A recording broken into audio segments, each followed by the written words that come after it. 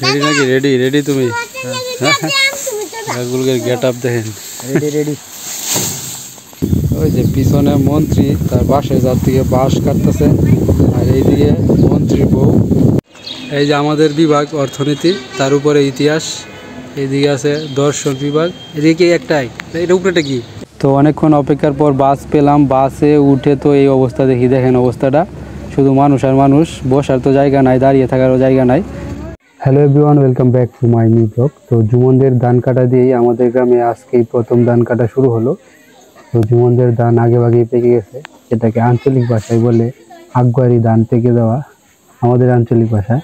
তো ধান মোটামুটি ভালোই হয়েছে, খারাপ না।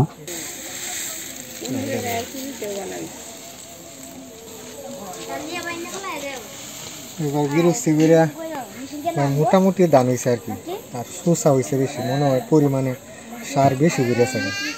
কারণ শিক্ষক মানুষ তো অতটা বুঝতে পারছি না, পরিমাণটা বুঝতে পারছি না, যার জন্য একটু সারটা বেশি হয়ে যাওয়া সুসা হয়ে গেছে। আচ্ছা যাই হোক, কপালে যেটা আছে দিয়েছে, যেটুকু আমার পাওনা সেইটুকু আমি পাইছি।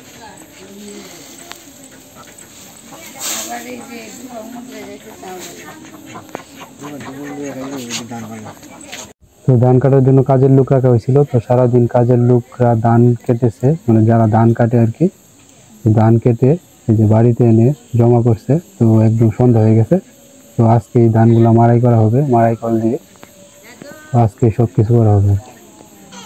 তো এই যে মাড়াই কল রেডি করা হয়েছে, যেটাকে আমাদের গ্রামে আঞ্চলিক ভাষায় বলে পল্টন। পল্টনে ধান মাড়াই করা হবে।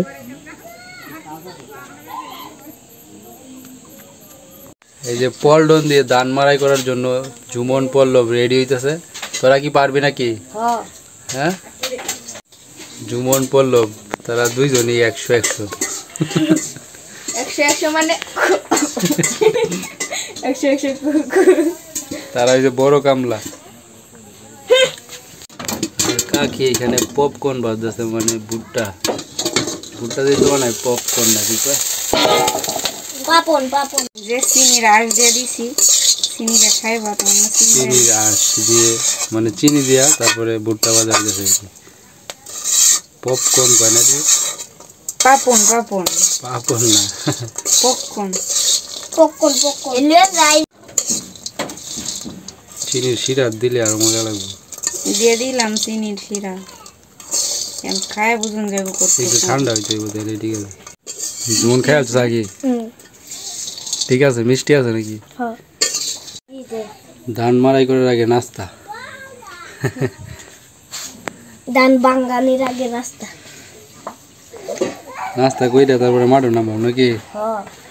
কেটা কেটা নামবো? জুমন পল্লব আর আমি দেখবো শুধু।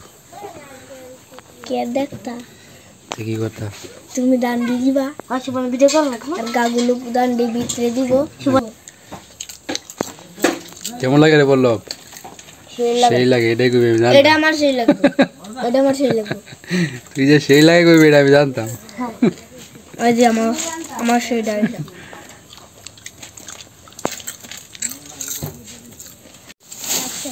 রেডি নাকি? রেডি রেডি তুমি? রাগুলকে গেট আপ দেখেন। Ready ready. ভাই ইন্দাই হবে আমরা শুই দিতে হবে।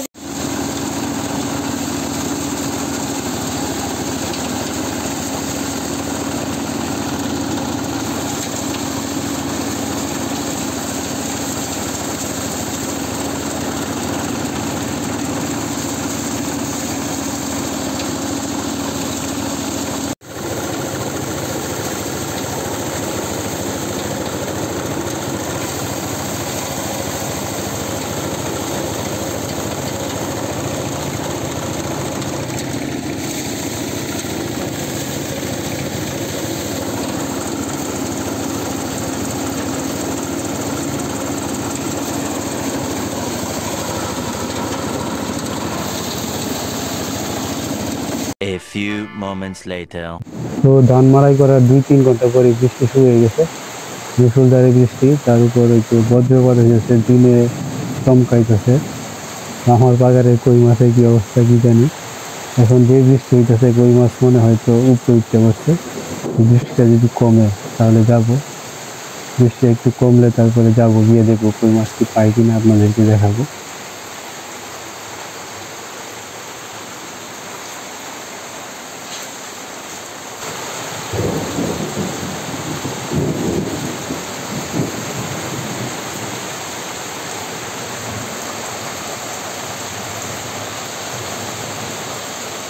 যেভাবে বৃষ্টি শুরু হয়েছে আর বজ্রপাত হয়ে গেছে, বিদ্যুৎ চমকাইতেছে, মনে হয় না আমার কই মাছ আর আমার পাড়ায় থাকবে। এইবার কই মাছ সব চলে যাবে।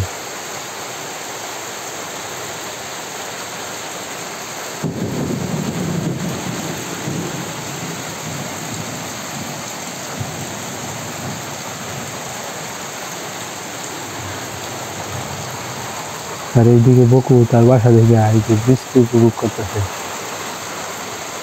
এই যে দেখেন, তারা দেখতে পাচ্ছি আমি।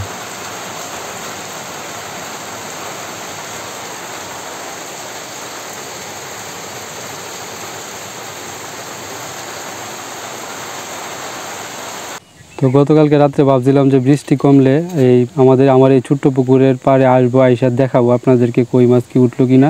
কিন্তু এত পরিমাণে বজ্রপাত হইতেছিল, আমাদের আঞ্চলিক ভাষায় বলে ঠাডা পড়া, এত পরিমাণে ঠাডা পড়তেছিল যে আমি আর সাহস পাই নাই যে আসতে ছাতা নিয়ে এখানে।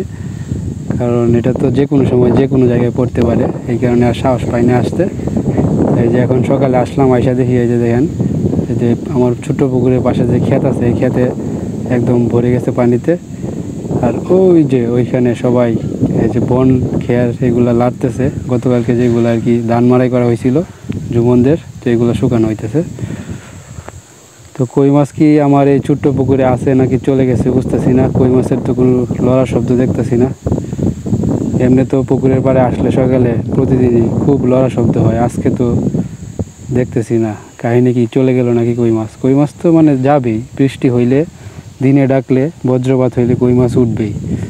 কিছু হয়তো বা গেছে, দিনের বৃষ্টিটা হইলে সুবিধা যে দেখাইতে পারি, কিন্তু রাত্রে সাহস করে আসতে পারি না আর কি। তো হালকা পাতলা শিল পড়া শুরু হয়েছিল, মানে তেমনভাবে হয় নাই। যদি তেমনভাবে শিল পড়া শুরু হইতো তাহলে কিন্তু এই ধান ক্ষেত একদম নষ্ট হয়ে যেত। যাই হোক, কৃষকের কোনো ক্ষতি হয় নাই। তো এই যে কই মাছের লড়া শব্দ দেখতে পেলাম মাত্র, তার মানে কই মাছ আছে আমার বাগানে, এখনও যায় নাই সব। যাই হোক, কই মাছ আছে, বসিতে কই মাছ ধরবো একদিন, আপনাদেরকে কই মাছ ধরে দেখাবো। তো এখন একটু আশা আছে যে আমার বাগানে এখনও কই মাছ আছে।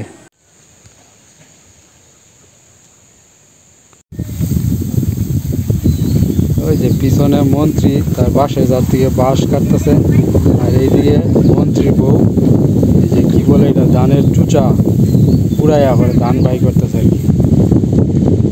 মানে ধানের মাঝে ধানের চুচা থাকে না, এই চুচাগুলো আর কি উড়াইয়া আলাদা করতেছে আর কি।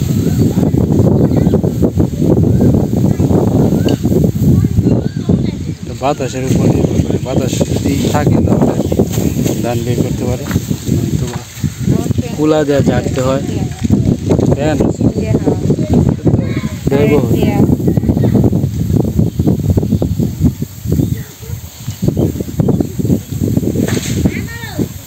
যেমন কি রস বড়শির ছিপ, হ্যাঁ হ্যাঁ বড়শির ছিপ বানা জুমন, কয়েকটা বানা। হ্যাঁ ঠিক আছে, কয়েকটা বড়শির ছিপ বানায় রাখ, পরে বড়শি বানানো যাবে।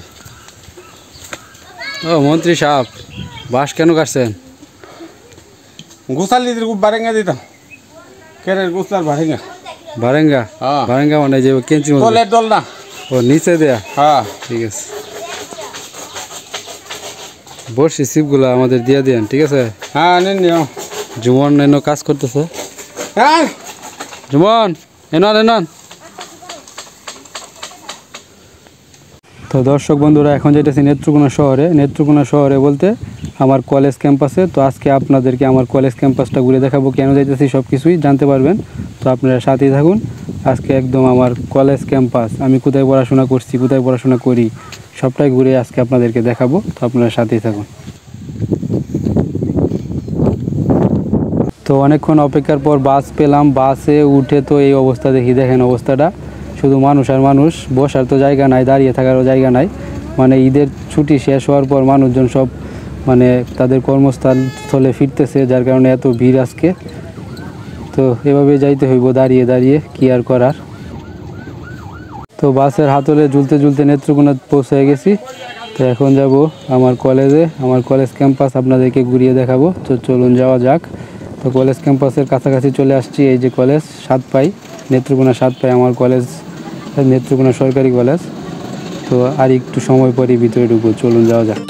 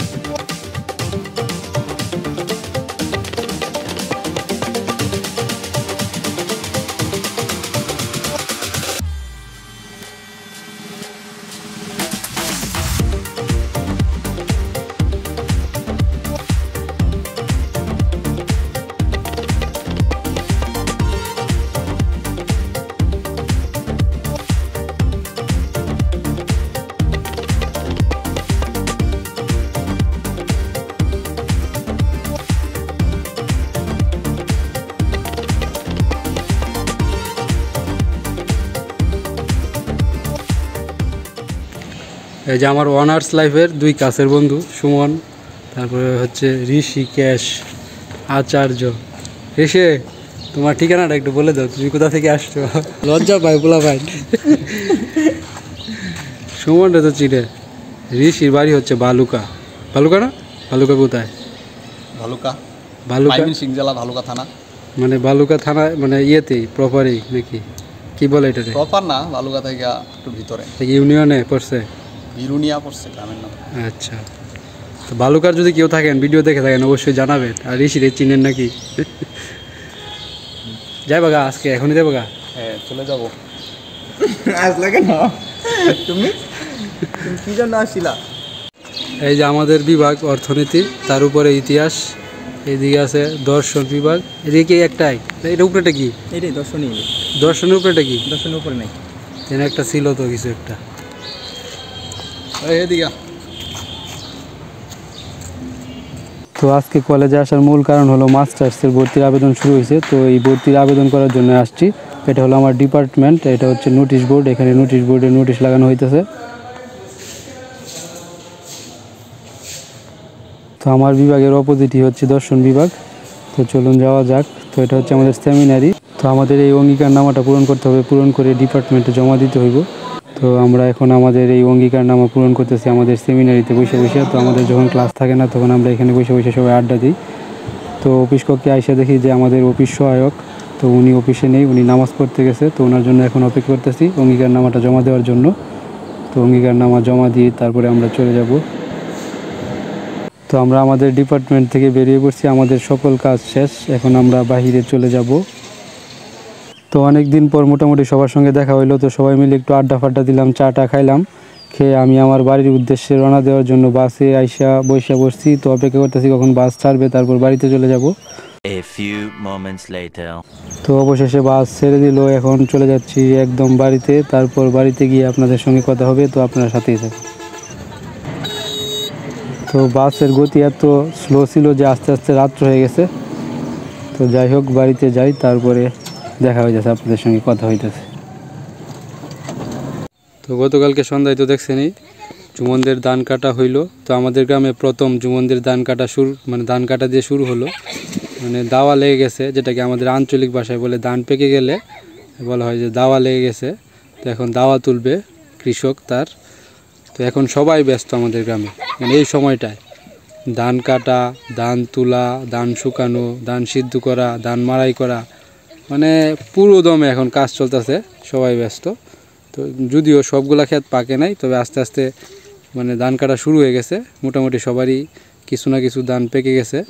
তো ধান কাটা শুরু হয়েছে আর কি। আর পুকুরে জুমন, পল্লব, কণিকা তারা স্নান করতেছে, এনজয় করতেছে তারা খুব। তো এই যে গতকালকে রাত্রে তো বৃষ্টি হয়েছিল, তারপরে আবার এই যে দিনে সকাল থেকে রৌদ্র। তো গতকালকে আবার যে রাত্রি ধান সিদ্ধ করা হয়েছিল কাকিদের, জুমনদের আর কি, ধান সিদ্ধ করা হয়েছে। ধান রৌদ্রে শুকানো হইতেছে আজকে। তারপরে এই যে গরুর খাবার, এই যে ক্ষেত যেটাকে বন আর কি, তো এটাকেও শুকাইতে হইব। শুকিয়ে তারপরে এক জায়গায় রাখতে হইব, যে মানে সারা বছর রাখা যাইব। তো গরুর খাবার এটা আর কি। তো এটাই দাওয়া লেগে গেছে, তো আপনাদেরকে ভিডিও দেখাবো অবশ্যই। এই যে এই ক্ষেতগুলো এখনো পাকে নাই,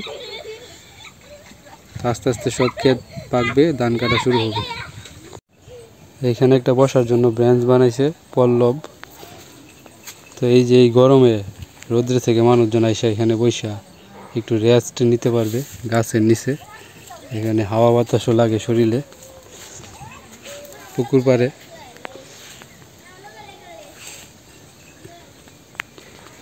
একটু বসি, এখানে অন্যরকম একটা শান্তি।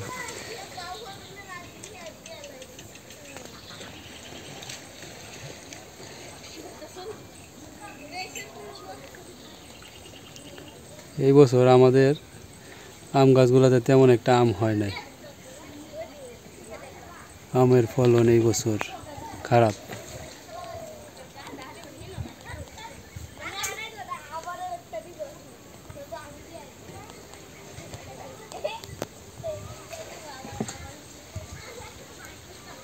তো কষ্ট করে ভিডিওটা দেখার জন্য ধন্যবাদ। আজকের মতো এখানে শেষ করছি। ভালো থাকবেন, টাটা। আবার দেখা হবে, কথা হবে অন্য কোনো ব্লগ ভিডিওতে।